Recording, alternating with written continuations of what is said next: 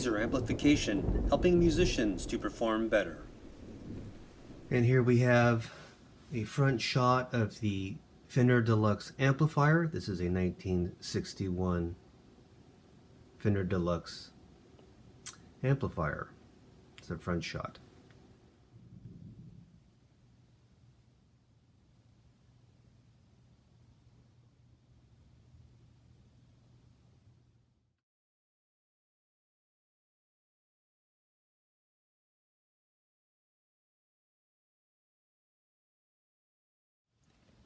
And here we're looking at the Jensen loudspeaker, special design. Alright, we're looking at this Fender Deluxe. This is the brown model. This is a 1961 Fender Deluxe, and the circuit type is the 6G3. I have a suspicion that this amplifier has been serviced already, and we're going to verify that quickly by removing this filter capacitor cover. So together we will see if this has been serviced. And sure enough, it has been serviced. These are the IC type electrolytic capacitors. I'm not fond of these types of electrolytic capacitors from this manufacturer IC. They have a known short life failure. However, these look in spectacular condition. I do want to note that the former technician did a fantastic job, and this is not unusual.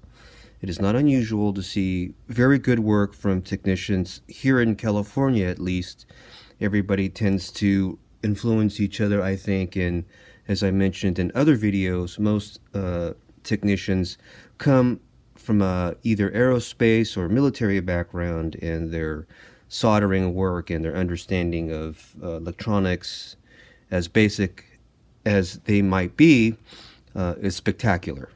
So great job, whoever the technician did this work, and I believe I know the technician who has done this work. I do want to point out we have all carbon composition type resistors here, and this is correct, and we've got the 1 watt, 1 watt, and 2 watt. So I really like to see this. This is a big part of how Fender sounds the way that they sound, especially this Fender vintage type amplifier. So spectacular. We're going to test the tubes. These look like these are new, and we'll test all of these. We've got two 6V6s. These are the RCA type, and I'll pull those out, and we've got the rectifier tube as well. These may be failing. That might be the cause of some problems, and so we'll test those. And I will make one comment here, and that is looking at the transformer. We have a 606121 and a 606042, so that places this right at around 1961. Great, we'll move on to the next section. And here we have the shot of the circuit, and you can see that a former technician has come through this already and serviced this amplifier. Sprague and Adam electrolytic capacitors in the preamp stage, very nice, I love that. Orange drops, I really hate orange drops. They sound terrible. I don't like these. However, this is such a nice job. The person who did this, the technician who did this, did such a spectacular job here. I may not monkey around with these capacitors. That is, change them out for something that I would feel is more suitable for this amplifier. We'll see. We'll listen to the amplifier, put it on the scope, and see how I feel about the whole thing. I did notice that we have an electrolytic capacitor here. I am not sure of the age of this, so I'm going to go ahead, just out of precaution, and just replace this capacitor. Doesn't mean that it's failing, but just due to the age, I would like to replace this with a Sprague and Adam. One thing that's nice to see here is this. These are the original capacitors that all collectors and musicians feel like the molded capacitors, blue caps.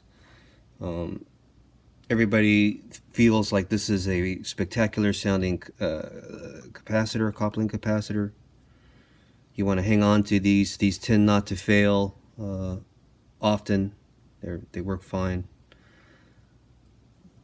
I'm assuming here there were some failures here. That's why that was replaced. These would be here as well. So just want to note that if you see these in your Fender, be happy. These blue caps. This is what everybody's looking for in their Fender, whether it's a new version or old version. So we are looking at a closer shot of the circuit board. The circuit board itself is in fantastic condition. This is probably the best preserved circuit board from Fender that I've seen, these fiber boards. We see all of the brand new, it looks like brand new resistors. These are carbon composition type. And then we do have a sprinkle of metal film here and here, probably under here as well. No, these are, so here, let's see. Yes, so we see here a metal film resistor. This is at the cathode stage. Two metal film resistors here as well. Let's see, what else do we have? Just 1, 2, it looks like 3. So we can change those out for carbon composition.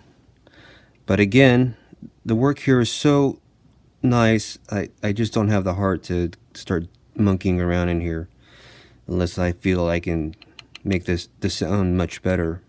Alright, so we'll most likely leave that as well. The next step is I'm going to add a little bit of power to the amplifier. I'm going to see if we're leaking any voltage on these blue caps. Just verify that. I'm confident that that's not the case. But before I even do that, let's get rid of this. I'll go ahead and get rid of the electrolytic capacitor in the bias stage, and we'll move on from there. So I thought it'd be nice to take a nice shot of this beautiful circuit board, this pristine 1961 Fender Deluxe, the brown version as opposed to the tweed version.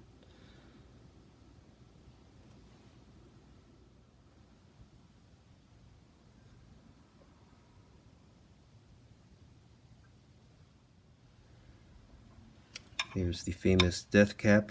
We won't mess around with that. I'll test it, but we'll leave everything original. I do need to make this comment. So this has the original two-pronged, let me see if I get in the shot, two-pronged AC cord. Two-pronged AC cord. Now normally, I cannot allow this amplifier to leave my shop until I modify the AC cable to a center ground plug type AC cable. This is for safety purposes. However, this is a collector's amplifier. This is highly sought after, and collectors want everything original. Now, not everything is an original in this circuit. It's been upgraded, but they want to keep everything as original as possible, and that includes the AC cable. Once it goes to a collector, they can decide if they want to have that modification. It's an important modification. Like I said, normally this amplifier would not leave the shop until I made that mod, and I recommend that everybody else do the same. But we're going to keep everything and we're going to preserve everything and keep it as original as possible. We are preserving the amplifier.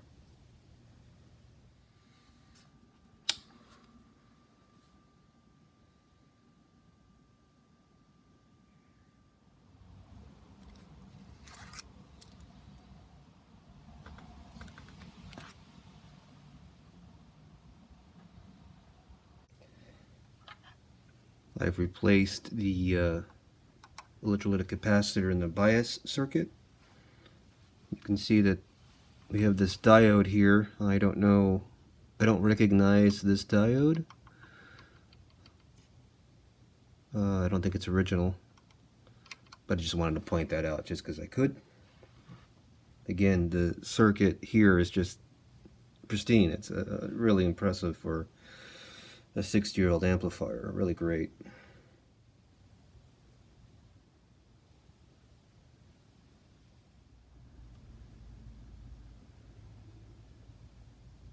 We have applied power to the amplifier, and unfortunately we received no power. Because we followed the procedure, I was able to detect right away that it was the power switch that had failed. When removing the power switch, you will use the proper tool, like so, and loosen the nut. Using the proper tool is important so we don't scratch the back plate.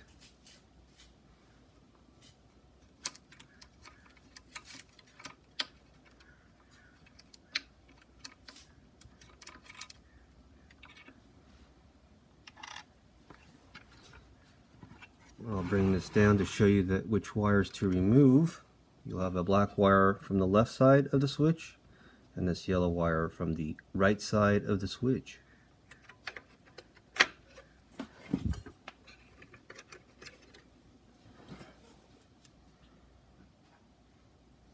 And here's what the original switch looks like.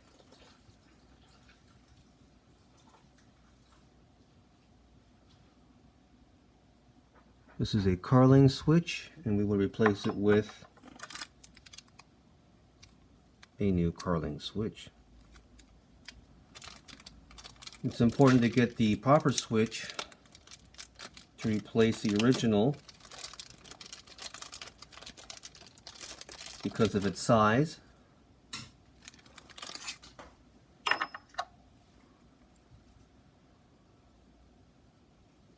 There we go.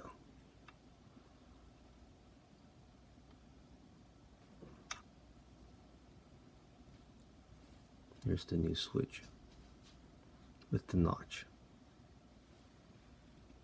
Alright, we have replaced the power switch, and now it's time to take a look at the circuit. I'm going to go ahead and replace this treble side of the circuit. Here we're going to replace this capacitor. This is the orange drop type, which I dislike. Some people like them, they love them, they feel that these are really nice sounding, but not me. So I'm going to replace it with something that's closer to the original polyester type capacitors that Fender used in the 60s. And it's going to be this paper and oil military grade capacitor. If you have a bunch of these capacitors, these orange drops, and it sounds muddy or mucky, replacing it with a paper and oil type is like lifting a veil. It really brightens up the sound, and you get all the clarity and the harmonic swirl that one expects from a early vintage Fender amplifier. Another great choice, and I really like these capacitors, is the Solon type capacitor. Solon. That's what this looks like, much smaller. If it's a noisy, if you find that the paper and oil is noisy, you can replace it with this polypropylene Solon capacitor. These are great. So we replaced that one capacitor with this paper and oil, and it sounds fantastic. I do apologize, I'm still working on getting equipment that I can get really nice sound samples for you, but just take my word for it, it's a fabulous sounding amplifier now. I think with having this in the normal channel, this orange drop will give variation, give more character, more ability to have different sounds coming from the amplifier. We'll keep this here for the normal channel, and this is the bright channel. Bright channel sounds amazing. We're going to go ahead and check the health of the electrolytic capacitors. So let's move on to that section.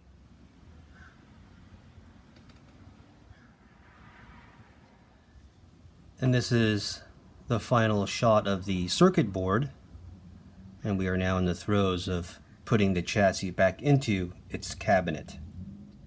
Alright, at this point we're going to test the health of the IC filter capacitors. The IC brand filter capacitors are known to have early failure. We know that the capacitors that are in this amplifier are approximately 12 years old. So we're just going to check the health. If it seems like there's something going on with the capacitors, the filter capacitors, we will replace them. But let's verify it first.